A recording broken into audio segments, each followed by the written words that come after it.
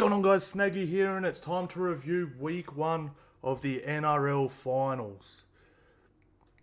I think this might have been my favourite finals round of all time. Like, seriously, I enjoyed every single minute of every single one of these games. There was not a second in any of these 4 games where I was not thoroughly entertained, man. So shout out to every team involved. And wow, I just can't wait to talk about the footy in this video, boys. But look, I'm not going to lie to you, I'm exhausted. I'm exhausted for a couple reasons. The first one, we obviously just finished that Broncos Canberra game. And I was wearing I had to take my jumper off. I felt like I ran a marathon. That game was absolutely epic. Like, mate, seriously, man, I did not know. Bros, let me know what you thought about that one. Was that the game of the year? It might have been the game of the year. Like, I personally can't remember. My next sort of favourite game, probably the Grand Final 2023. But the Grand Final's probably better because it was a Grand Final. But, that was... Stop it. Seriously, stop it, man. That was absolutely insane. And the other reason I'm bloody tired is we had 2 Grand Finals this weekend. My son's games, my young fella's games. And it's early mornings, getting everything ready. It's stressful. 2 Grand Finals in a weekend, school and club.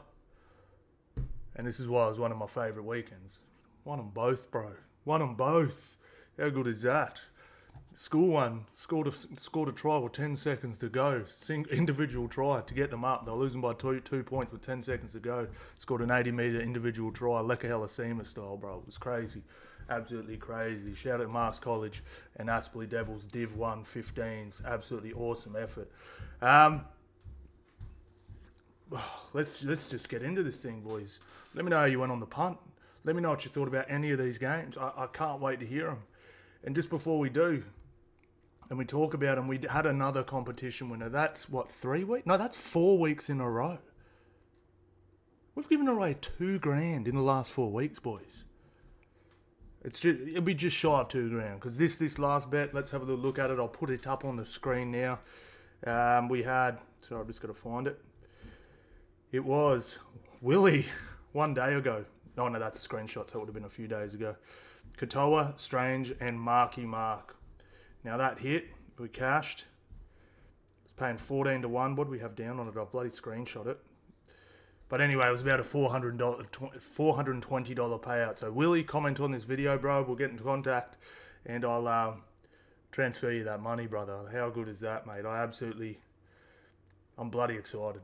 I'm bloody happy. I'm just so happy I can give money back to the boys, taking money from the bookies, giving it to the boys. How good is that, man? How good is rugby league? How good is sports betting? God is great.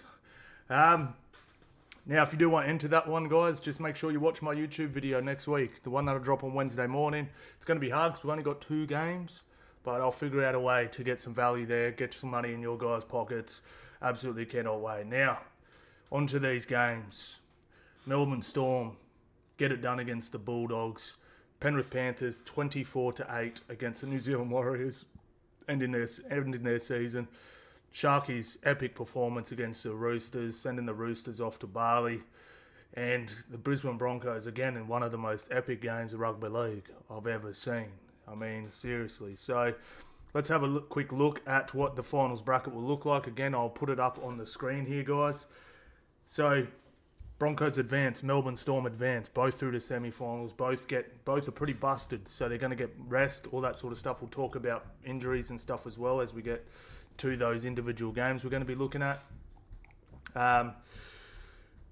So our semi-finals is the Canberra Raiders and the Cronulla Sharks at GAO Stadium, and then we have Canterbury Bankstown Bulldogs versus the Penrith Panthers. Doggies fans, get out to this one. I want to see 80k there. I want to see 80k, boys. Seriously, man, that is going to be absolutely enormous. I cannot wait for that one. Again, boys, we'll get to injuries. So they've just released the fixtures. So we have Saturday, Canberra Raiders, short turnaround after a 100-minute game. Going to be playing on Saturday at 7 p.m, 7:50 p.m. against the Cronulla Sharks. And then the Canterbury Bankstown Bull. Oh, 4 o'clock. 4 o'clock Sunday. Damn, that sort of sucks for Canberra, doesn't it? 4 o'clock on a Sunday. Penrith Panthers, Canterbury Bankstown Bulldogs. Boys, look, just with the day games, man, how good is a day game? I love it. I get why the NRL puts more night games. Like, look, the AFL and the NRL's looking for, AFL's looking for, obviously they want TV ratings too and they get them, but they want that big day game. They wanted a day event, you know, like it's down there, it's a beautiful sunny day in Australia, we're watching footy, you know? And NRL's like, we're going straight for that TV audience, which is the more valuable audience because you can hit so many more people, but we definitely we need more day games. I'm not saying I don't want every game to be a day game, but we need more. I'd love to see the grand final be a day game. Not even day, just by the time it's October, you know what I mean? Like, you can almost get away with it being at 5 and it's still pretty much a day game. You know, so, I don't know. What do you guys think? Do you like the day games? I just love it. It's so good, man. God damn. All right, boys, let's get into him. Bulldogs versus the Canterbury Bankstown Bulldogs. Tries to Katoa, Lasiti. Man, he was good. Wishart, Warbrick, Toby Sexton, Karaz, Matt Burton. Now, I've just got to bring my notes up again on this one. I feel like this game was there forever ago. Man, I was absolutely furious on this one. I was tossing up Will Warbrick. I had Will Warbrick, I had Xavier Coates first, I had him first half try. If you watch my preview, you know I was tossing up between him or Katoa, and bloody Katoa gets first try again. He's such a freak, man. We missed that try score, unfortunately, but yeah, man, I was just blown away with this game. Like, my general just takeaway from this one is both teams go through, right? Well, sort of. Both teams need to be substantially better if they want to play any sort of finals. Like, if they want to go to a grand final, or, you know, even just to be honest, just win the next week. You know, they're really going to have to. So who will the South Panthers? So they'll have to play the winner of the Raiders or the Sharks. Yeah, like either one of, if they play like, yeah, that's damn. It's probably the easier side, but oh man, like I was just not overly impressed. Now, if we come to the team list here, look, it was a bloody weird game. Like, we thought, I don't know what Melbourne were doing a lot of the time. I thought Harry Grant was so quiet, like so unbelievably quiet, and I just really didn't understand why the ball wasn't going to Coates. The only thing I could think of, the bookies were like, hey, everyone has taken Xavier Coates, please don't kick to him. It seriously felt like that, but it was, it was weird, and their attack did not look good. Again, we're nitpicking, boys. I'm not sitting here saying they were terrible or anything, but, you know, I thought there for a long time. What was the score? What score did we have at halftime? It was 14-12, and to me, like, the only real difference was when Wishart came on. You know, like, Wishart to me was the dude. He scored a try. He's sharp off his left foot. He's dummy and going. He's getting good meters. He's looking great, but it just didn't look overly incredible to me. And yeah, it's just like, Stefano was good, King looked good, but Harry Grant does his best work when you win the middle. And I can't remember if I said this on video or not, but I know I definitely have said this out loud before. You know, I thought Bulldogs were good enough. Like, you know, they're not a big pack, but they're fast, you know, and they got really nice marker play and stuff like that. And they really did jam up. And they did to be fair, like, Bulldogs, we'll get to their missed tackle count in a minute. They missed a lot of, but they did a very good job of containing Harry Grant there, you know. So you got to give credit when credit's due. But yeah, Nick Meaney at fullback didn't look great. There was errors from the brick, there was errors from Karaz. It was just, neither team to me looked very premiership winning, if that's a thing. Very, very impressed with Bulldogs bench. Kurt Mann, I don't know what he's been putting on his wheat bix lately, but his tackling is like rocking our heads back every single time. Satilli, by far the most impactful forward at the Canterbury Bankstown Bulldogs. I actually thought Harry Hayes came on, wasn't bad either, but Toby Sexton when he came on. So what happened? Crichton goes down, Burton goes to centre. Sexton comes on. The thing that's a little concerning, I've mentioned my concerns for the Melbourne Storm, is mine for the Bulldogs is now it's sort of like if your three best players are coming off the bench. I mean, like, this is a problem. There's things like I'm pretty sure we all agree, including Bulldogs fans, there was things that shouldn't have happened this year. They've rattled the cage, and things that shouldn't have happened. But the thing is, I can see things they need to do here that would possibly help. But I don't know if you can do them now, because it's sudden death against the Penrith Panthers. Like, for example, do we all agree, Reid Marnie is a better number 9 than Hayward? I think Hayward's going to be a better player. I love him. He's incredible. But as far as just talking about passing the ball off the deck and making tackles, I think Reid Marnie has him. I think Kurt Mann, even though he has been great impact off the bench, I think he's clearly a better middle forward than Salmon. Satilli, I think he has to play more minutes as well. And we all know the Galvin, we get all that too now, So there are things that can make it better, but do you make these changes? Semi-final in front of 80,000 people against the reigning premiers who haven't lost a finals game in 4 years. So yeah, she's a tough one, boys. I'm really let me know in the comments what you think the Bulldogs should do as well, guys. I'd love to hear what you guys think there. Now, we did have an injury to Critter. Now, I'll try whenever something horrible happens to a club, I try and find a glass half full. And so, Doggies fans, here's my glass half full for you. And I do literally have half a full bottle of water here. Cordial, to be exact. Diet right, 0 calories. Crichton is not your normal centre. He's not. But I'm telling you now, it is the best position to lose a player in. It just if you can just get someone to come in and just not miss tackles and take a carry when needed, find their front. You get what I mean? It's obviously Critter's so much more than that, but yeah, it is that one position where as long as it's not being exposed defensively, you can win a rugby league game without it. So everyone writing the Bulldogs off because Critter's out, trust me, it's a huge loss. I'm not saying it's not, but do you guys get what I'm saying? If Katoni Staggs is out of a rugby league game, I'm not taking the Broncos that week. And Katoni Staggs is probably third best strike centre in the comp. He'd be Herbie, maybe a tie for Herbie and Critter. Critter's probably better because he's defensively better, but I'm talking about the strike part. Herbie, probably number 1, Critter 2. If you want to swap those two, whatever, I'm not going to argue. Staggs, along those lines.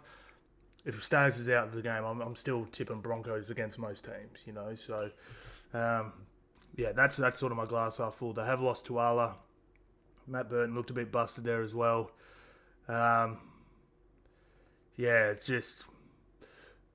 Look, it's going to be tough, Penrith are going to run out in that. They meant to run out in that black strip this time, but it clashed with the other team. Look out. You see that black Penrith Panthers strip with the gold 4 stripes on it representing the 4 things, and you sort of sit there and go, damn, we've got to beat these dudes. But it's going to be real. I'm really interested to see how he reshuffles this thing, whether Burton... This is the thing too, and if you do want to put... this is a problem. Everyone's saying, well, Burton goes to centre and rah. But I'll try and explain it here because hopefully... this is the best... this is how rugby league's been played for a very long time, right? 100 years like this. And teams have tried to muck with it over the years and it just doesn't work and everyone ends up going back to the same thing. But the problem with playing Burton at 7 at centre and then him coming in to kick the ball, it completely removes attacking option on the 5th. How many times have we seen... everyone rush up on a kicker and then the kicker go, oh, there's space here now, but, or, obviously it would be kick out, but, past centre, and you burn them on the fifth, or that side, when they see Burton run in to take that, just you're not spinning it. You can't. You got no men. You got no men there. They can just go back. So it actually does cripple them. So if he wants to play centre and just play centre, sweet. But if he's coming in off his centre 2 kick, it removes an edge from being an attacking edge. So it removes a weapon. So I think they should just drop a centre in there that can do the job. I don't know who they're going to have available, whether it's Wilson or whatever. But yeah, very, very interesting. But yeah, anyway, Burton can come in and take some kicks, but if he's comes in and does the kicking, that's where it gets okay, you've just removed an attacking edge for a tackle or two every single set. So that's a little alarming. But look, awesome effort, but just not quite there. And Melbourne, mate, I'm sure they are competition favourites still, but geez, I don't know. This competition is so wide open, boys. Is anyone actually confident who's going to win this thing? We can fight flaws with every single team, right? That's the crazy thing. Last Panthers. Lekalasima, solid try. Isaiah Papali'i, Schneider, McLean, Brian To'o. We cashed everything in this game, I believe, boys. We had a good one. We really did. Oh, sorry, I just missed something here, boys. I just missed something. So, just a couple shout-outs for players, all right? So, Lekalasima, I don't want to ever see you pass the ball again when you're in space.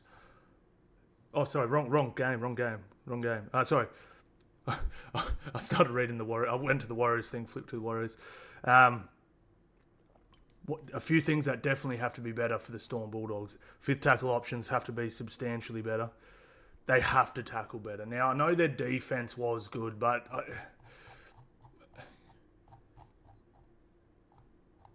where is it? 61 missed tackles, man. You can't be doing that. Fifth tackle options have to be better. I saw Kurt Mann messed up a couple. Kickout messed up a couple. Galvin, it was mess ups galore on fifth tackle. Or just not even mess it up, just a poor option. And I've just written down here too, because we talk about it every week. The egg on the face of bloody Gus Gould saying this is the best kid he's ever seen play. Again, I don't even think he's bad, but it's just more that he said he was the best. I think he's a really good 19-year-old kid, or 20 or whatever he is now, but I think we can now add Jonah Pezzett to the young halves that look better than Lockie Galvin. Every week, Lockie Galvin is just falling down this list. Seriously, Jonah Pezzett looked incredible. He was really good. Try-saving tackle, kicking was good. 40-20? I think he got 2. Damn. Beast. But yeah, shout out to Melbourne. Bulldogs. Good luck with Penrith, because that's going to be tough. Penrith Panthers and the Wars. I knew the Wars had lost this thing when they took the 2. Never take the 2. You're not winning a game taking the 2. I don't know what the final result was. I really wish I wrote it all down, because obviously teams won that took the 2, but I reckon not a very good strike rate. Seriously. Not a very good strike rate at all. Just in my notes, like I said, Leka, my rookie of the year, because Mark Nwangane-Tuase is ineligible, but that pass you through, bro, I never want to see dude throw that pass ever again. Where'd he go? Oh, he played in the centres, didn't he? Back yourself, lad. If you're in space, do not pass the ball. Run. I don't care if you get tackled. I don't care if there was a man outside you. Run, bro. Look, man, a few dodgy calls in this game. I will give that to you, Wars fans. Yeah, but I definitely think the Penrith Panthers were the better team, and let's just go through these stats. I'm sure they're going to back us up. And, Penrith were the better team. They deserved to win. I thought Warriors were awesome. I thought they won the physicality battle. They were Jackson. Anyway, we'll get to it. But, Panthers, 83% completion rate, 10% better than the New Zealand Warriors there. Run meters, we got another 300 there. Post contact, 3 line breaks apiece, 45 tackle breaks to 31. Ruck speed's quicker, Tackle efficiency better. So Penrith, I know Wars fans they're all fuming, but when you win all these numbers, you win the game. I think I've only ever seen once where you lose all these and you win the game. Like once in the history of me. Mate, I think that's why I don't get angry sometimes with a bad reffing call. Because I can just come in here and be like, they wouldn't have won anyway. But I know Wars fans don't want to hear that. Blame the refs, bro. It's your God-given right to rip on the refs and say they robbed us. So you do your thing, Wars fans. But I personally do think the 16 errors, the 45 missed tackles, and the 70% completion rate was the reason. And the other reason as well was just this dude right here. Now, I know everyone is so over Cleary glazing, so I won't do it. But I will say one thing because I have to. I think he's got the best kicking game of all time. And I know everyone go, what, have you seen Joey Johns' short kicking game? Bro, okay, it's better. I'm just talking about rounded, how like perfectly rounded is. Like, I think Mitchell Moses might have a better long kicking game at the moment, but Cleary's middle and short is better. You know what I mean? You get what I'm talking about? Long, accuracy, timing, when to do it. You just mix all that in. I think he's probably got the best kicking game I have ever seen in football. It is absolutely. The amount of times every single game there's a kick where you go, so he did kick one dead, but boys, we're talking one bounce over the. He was like not even so. It went one bounce over and stopped. So pretty much he was half a bounce away from having the most flawless kicking game we've ever seen. But again, I know the boys don't like the Cleary glaze, so I'll move on. But look,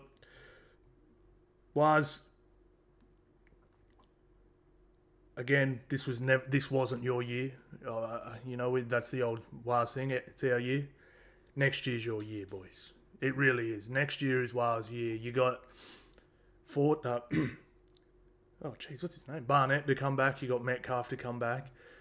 You've now built combinations with Aaron Clark and found an absolute gem who's probably a top 5 ball distributing numbered 13 in the game at the moment. I'm not saying he's top 5 lock. I'm saying like when you just talk about the new modern ball distributing 13, he's well up there. You got minutes in the legs of Vaymunga, Sauer Smith. You got minutes in Healy. Jackson Ford's rediscovered his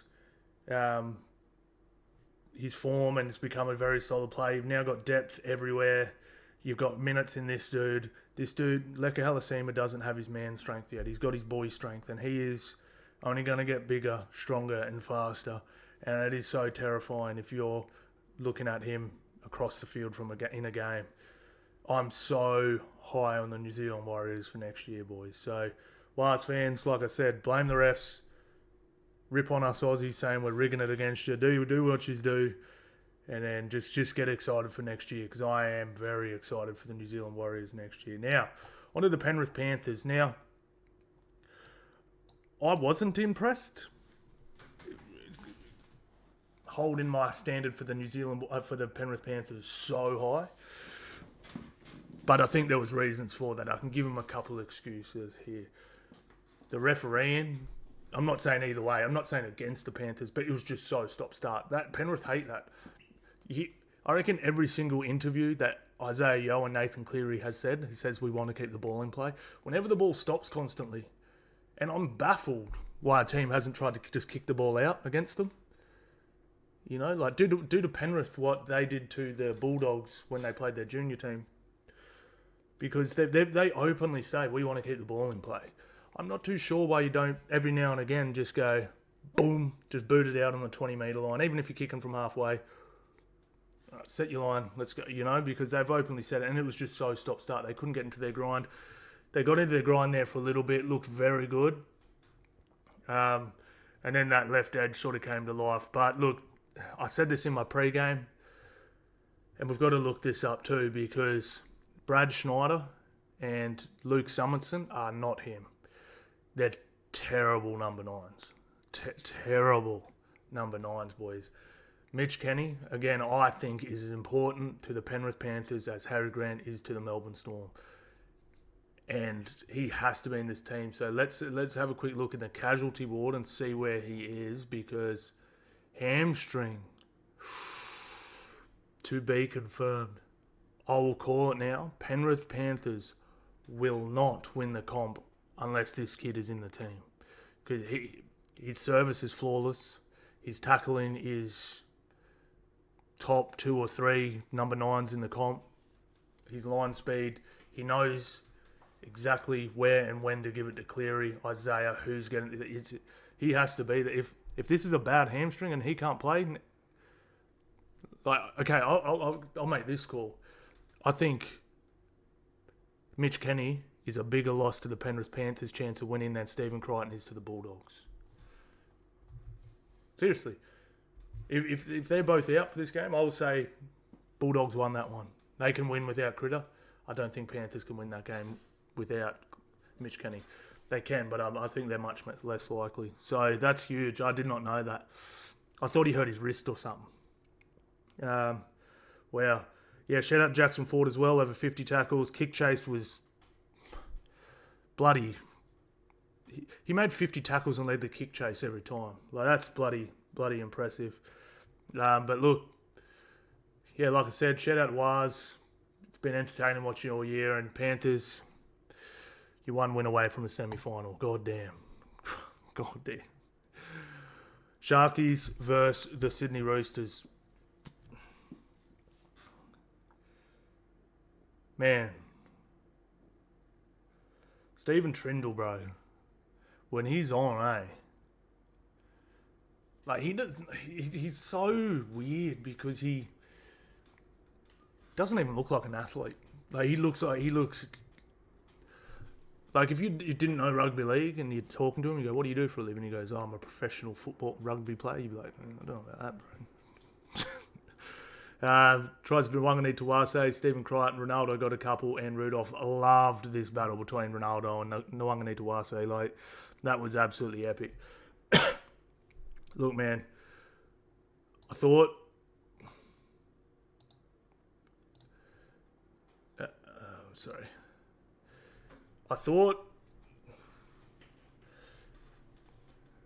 okay, I'll try and do the basic breakdown of this like I did in the last video. I actually felt like Roosters blew this one. I thought they had all really good field position in this one. But what I feel like they did was they played so much of the footy down here. And, you know, Sharks' defense was just real good. But I honestly felt if they stayed down there long enough, they were going to get points and stuff like that. But there was a few weird tactical things where they weren't kicking to random. It wasn't as good a performance as we've seen the last couple of months, where he was just dropping pinpoint kicks on Tupou, pinpoint kicks on Nwangani Tuase. You know, I think Tupou got 2 kicks, and one was too deep, one was too short. You know, Nwangani Tuase, he was getting some, but you get what I'm saying. Like, Ronaldo's no joke in the air either. I think Tupou probably would have been the better target here, even though I did have money on Nwangani Tuase, so I wasn't mad at all. But you get my drift, right? Like, and to be honest, Katoa did an awesome job in the air as well. But I think if you bombed them enough, he probably would have got points. But anyway, that's besides the point. What killed the Roosters here was they were spending all this time down here doing a lot of things really well. The problem was they made 14 errors, and they made every single one of them just here. Like, if they were making those errors here, you'd be like, whatever, bridge up, boys. Let's fold these blokes and keep them down here. Sharks turned them away, then they get a little bit of field position. Oh, so I want to point to the screen to show you guys. So, you know, the Roosters are doing all nice things here. Roosters, great finals defense. Sharkies, all right, we've held them up, we've got the ball. They work their way up to here. They boot the ball down here, and then they knock it on. I was like, dude, like, what are you doing? Like, it was real. That's just what kept happening. Like, there's nothing wrong with making errors down here. Like, it's whatever. Like, it happens. You want to throw a double cutout ball and it misses the mark, whatever. Even if you want to put a trash kick in, whatever. But just I reckon 11 of their errors happen right here. Like, just on their own 20, own 30. Like, it's just terrible, man. Like, it's just 14 errors is actually not horrendous. Like, You know, we just saw like the Penrith Panthers just had a really high completion rate. They had 9 errors. Like, you can 9, 10, 11 errors. Like, you can actually still win a game of footy, but not if they're all here. Like, I thought they did such a good job of keeping them down, but another problem I had too. Way too. So they were just trying to get the ball to this edge without earning it at all. I reckon that first 15, 20 minute stint, I think Spencer Leno took 2 carries. And he was just running the block the whole time. I'm like, dude, what is point in him having? You may as well have me out there, bro. Like just being real. Like, I could have, like, when they were attacking this area, I easily could have done what Spencer Leno did. I can line up and act like I'm getting the ball and run, and then they pass it out. You get what I mean? Like, they might. What's the point of having Spencer Leno and White in your team when you just yeah. So I thought that was a bit silly as well. So now onto the Sharks, man. Look, I was so impressed with the Sharkies. Trindle's kicking game, great early kicks, try assist, and then Hines just sort of went to his shell there. But what really, this bench, Sifa, Uele's lost heaps of weight, looks so much better. Kafusi and Britton Nakora, like, name a better bench ever. Like, that bench is top 5. Seriously, man. Like, that, you got Daniel Atkinson as 18th man. Like, they go up a level when their bench comes on. Like, those 3 work in tandem, the Sifa, Uele, and Kafusi, and just, they look incredible, mate. Like, rolling the dice hard with losing an outside back. But I guess if you lose a half, you'd sort of done. But I get Britton Nakora could easily play. Britton Nakora is not even a big centre. Like, he's a tiny second row. He just runs such a beautiful line, no one can stop him. But he's actually, he wouldn't even be close to the biggest centre in the game. Like, normally when second rowers go to centre, they look a bit funny because they're a bit big and bulky and they move a bit funny and don't move sideways as good. Britton Nakora can play centre without even skipping a beat. He'd be fine.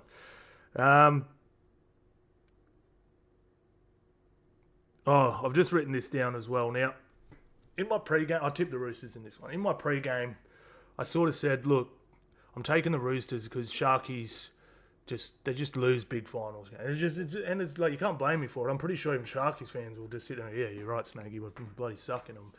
But what I think really, really helped them was that Bulldogs game. That was a semi-final game. They would have gotten so much confidence out of that and said, that was finals intensity against a top 4 team, and we dominated them. And I really felt like it helped them in this game. They were in control of this game from the jump.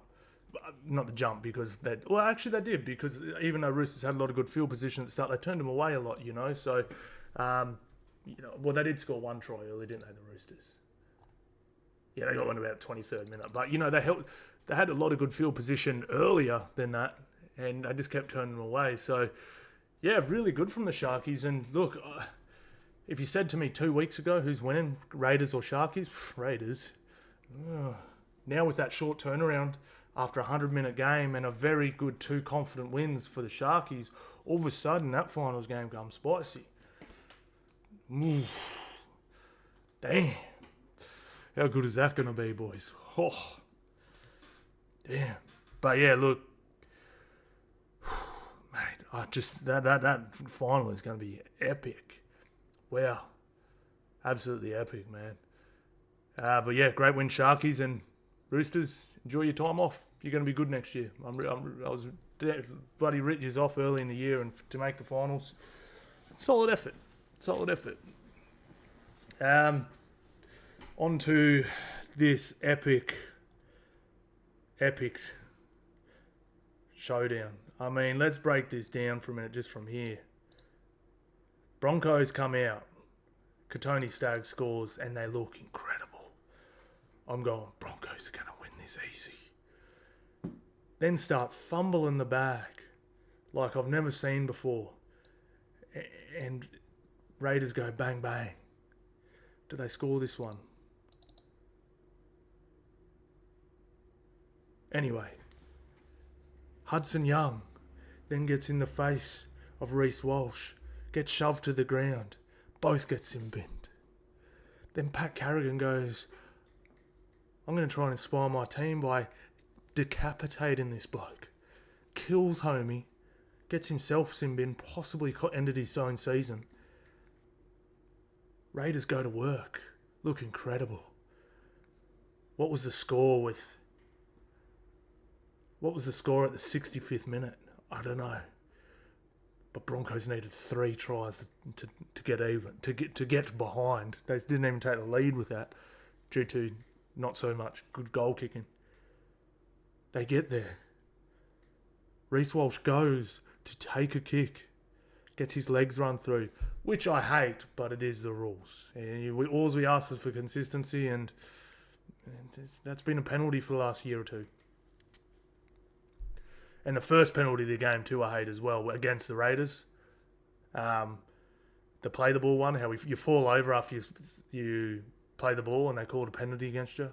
If you play the ball perfectly and you fall over, who cares? But anyway, they thought they had it won. Reece Walsh slots the conversion from the front. Because it was a chart, this is the other unlucky thing. If it was from where the ball was kicked or landed, like let's say he shanked it and it just went... But because it was a charge down, it's 10 metres out, right in front.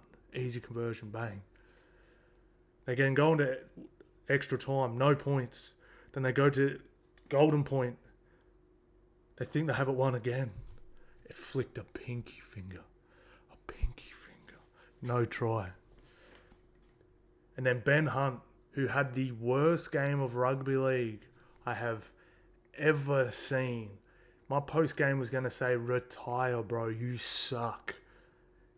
And he slots it. He sucked booty all game. I have never seen a worse game of rugby league. But hey, man, Benny Hunt's pretty good in big moments. Wow. Honestly, shout out to both teams. Thank you for making what was an awesome day for me with my young fellas footy anyway. Even better, boys. That was sick. Oh, man. I've got to have a look at these stats. Just go through them real quick because I haven't looked at them yet. I finished my video. I calmed down. I wiped the sweat off my brow. I wrote down a couple of things and then I just hit record and here I am chatting, boys. So I haven't actually looked at these at all. So Broncos 1 possession somehow to win this. And we'll get to the players in a minute, but I just need to look at these. So they spent a good 10 minutes with extra to possession in this game. I can't wait to look at some of the minutes some of these boys played too. The forwards especially. Like guys like Tarpany and Haas. And we'll get to the injuries, we'll get to the players. Broncos 80%. You can live with that with a guy like Reece Walsh in your team. Now Raiders, that's pretty poor. 74. Broncos ran for 2.2 kilometres. Raiders, 1,800. That's a mad effort from the Broncos. The Raiders pack's no joke. So that's a big tick to the Broncos. 640 to 540. An extra 100 post-contact is impressive. 7 line breaks to 4. Wow. 68 tackle breaks in a game of rugby league. Are you kidding me? These numbers are insane. Kick return meters, 264 to 187. Ref was pretty even with the ruck. 240 20s to the Broncos. Tackle official. Oh my God. 68 missed tackles by the Canberra Raiders. That is insane. 36. Man, looking at these numbers, Broncos were really good. And obviously they were really good. They just won the game. But they really just lost their way for a minute there, didn't they? Well, not for a minute, for 30 minutes. They were good at the start. Looked like they were going to have 100 put on them at one point. For them to turn this around is very, very impressive. Payne Haas on the sideline weren't going to bring him back on unless they got it close. Holy. And then another 23 ineffective to on top. So between missed and ineffective, they nearly had 100. Like that's, you only make 400 tackles in a game. That is wild. To me, I think that was more Broncos being very elusive and fast than the Canberra Raiders being bad, having bad defense. Penalties conceded 7-5. Ruck infringements 6-2. Mate, I still can't rack my head around this game. Like, I really, really can't.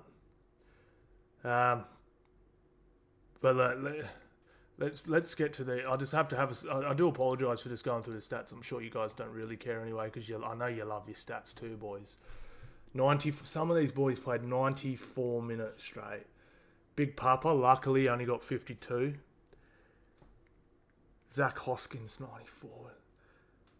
Now, I thought this was a bit of a bag fumble too. I love Owen Paddy. He's clearly going to be. Starling was tearing the Broncos' ruck to pieces. Maybe he just needed a break, but I thought Starling had to stay on.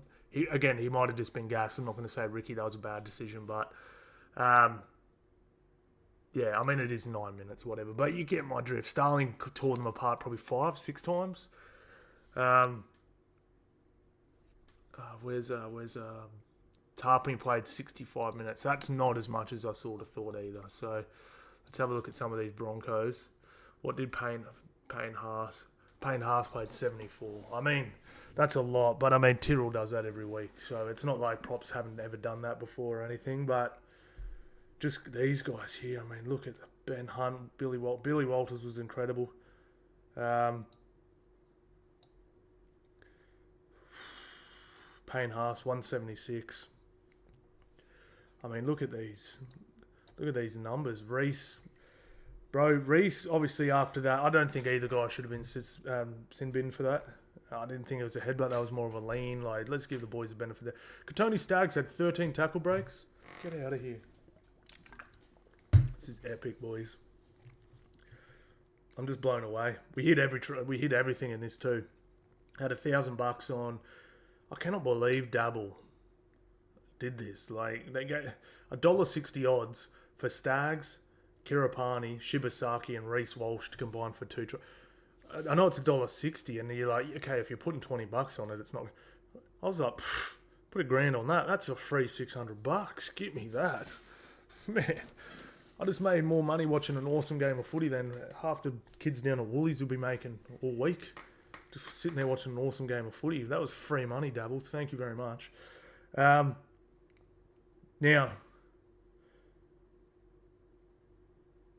I was just thinking, should I talk about the game?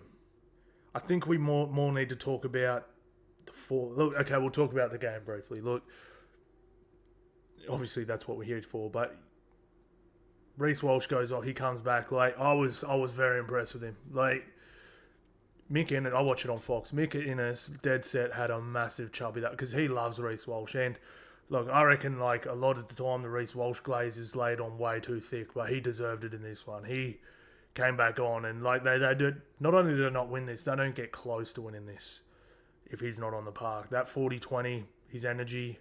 I actually thought he passed too much. I thought he should have taken more runs. He was so clearly the most dangerous player. Like, Raiders were dealing with the physicality of Brisbane very well. What they couldn't quite handle was the speed. Sideways movement from Reece, and Kerapani as well troubled him a few times coming back on the inside and stuff like that. They handled the rough stuff fine. They didn't win everything, but yeah, they looked absolutely great, you know. And Reece just, there's a few times he threw it forced couple. I'm like, bro, you should just run that, bro. Like, I'm not saying you definitely would have got through, but it's a pretty damn good chance. Now, Ben Hunt had the worst. Like, I honestly was like, Ben Hunt should never play NRL again. Like, half before that, he kicked that field goal. The worst captain's challenge I have ever seen. He kicked on the second tackle in good field position twice with nothing on and turned the ball over. Once, like I said, it's all right to make an error down the other end, that's fine, but his fifth tackle options were terrible. He gave away, I think it was 2 7-tackle. Like, he was, and this is the other thing too, that about 10-minute mark on to about the 50-minute mark where they start to look good. I have never seen a professional rugby league team be as unorganised in attack. Like, that is one of your 2 jobs, bro. Like, organise your team. Like, they look so. Like, I was watching under 15s all day today, and they had so much. But they had. I'm not. usually you're exaggerating when you say this. Oh, the under-15s would fuck it. No. I'm telling you now, the under-15s boys I watched play rugby league today had better shape than the Brisbane Broncos for a large chunk of that game. They were so unbelievably bad, but man, he stepped up and got that try. Now, what I did hated about the Broncos, but then what happened? We talked about the reason why we dumped money on this edge and won money this is because it is so lethal and this edge is so bad. They went here, scored. So no, they didn't score, but they came down here once or twice, looked good. And then for some reason they kept attacking right. I know Katoni Staggs is out there, bro, but this is where the points are. All the point and where did they score all their points at the end? You know what I mean? It was all down here, down this edge here. Oops, sorry boys, you can't see, but you get what I'm saying. Like, so I did. That was Ben Hunt again though. Like just stupid overcalling Reece and just give the ball to Reece on this edge. Let him create that extra number and good luck. You know, and yeah, it was. When they started going down this edge and just tearing them apart, I'm like, oh, they're a shot here. Even when they were 3 tries behind, I was like, they're a shot here. They really are. And yeah, it was pretty special to watch. And then what I didn't understand as well was the Raiders sort of done it the opposite way. They went Ben Hunt. That was the other thing Ben Hunt did horribly. He could not make a tackle. Like Ben Hunt couldn't kick, couldn't tackle, couldn't organise, couldn't pass. Worst, like I said, when I said this was the worst game of rugby league I've ever seen from number 7, I mean that from the bottom of my heart. I've seen kids have their first game of rugby league and be substantially better. He missed every tackle. I mean, Ethan Strange and Hudson Young are hard customers to tackle, but he missed every tackle he tried to attempt in the first half as well. Like, but anyway, they were going down this channel with Ethan Strange and Young, and they were just dominating here. In the second half, I know they didn't have much ball, but they were going to Moko's. Like, it was very strange. They did the opposite of the Broncos. You know, they came channeling through this here, really good, and then just went away from it. And yeah, but again, like, I don't blame Raiders as much for that one because they didn't have much ball in the second half. But look, now the fallout from this one, boys. We've just sort of Raiders. I know they didn't have an injury, but short turnaround after a 100-minute game against the Sharks, who are now rested up. Going to have a long turnaround. Long turnaround. It's going to be tough, man. So that's huge. The fallout for the Broncos. Harslook's gone. Piakura's got a broken cheekbone. Paddy's probably going to get suspended. Mate, it's a massive fallout. They're fine with they get a week off, so they'll be fine as far as that goes. So Haas might be okay, but Piakura might be okay. Maybe if it's a fracture, it's just a fracture. It's like, you know, I'm pretty sure bloody Darren Lockyer played with a caved-in cheekbone, didn't he? So I'm pretty sure a small fracture in his cheekbone you could play, maybe with a mask or something. But yeah, massive fallout there too. So it's going to be huge. But man, again, I've said this about 3 times. Thanks Broncos and Canberra for making me Sunday. Absolutely epic. It was awesome. All right, boys, that's it. We're done, man. We're done. We've gone through everything. We talked about the games. We've talked about the games next week. Just bring on the semi-finals, man. Bring on the preliminary finals. I'm sorry, I absolutely cannot wait.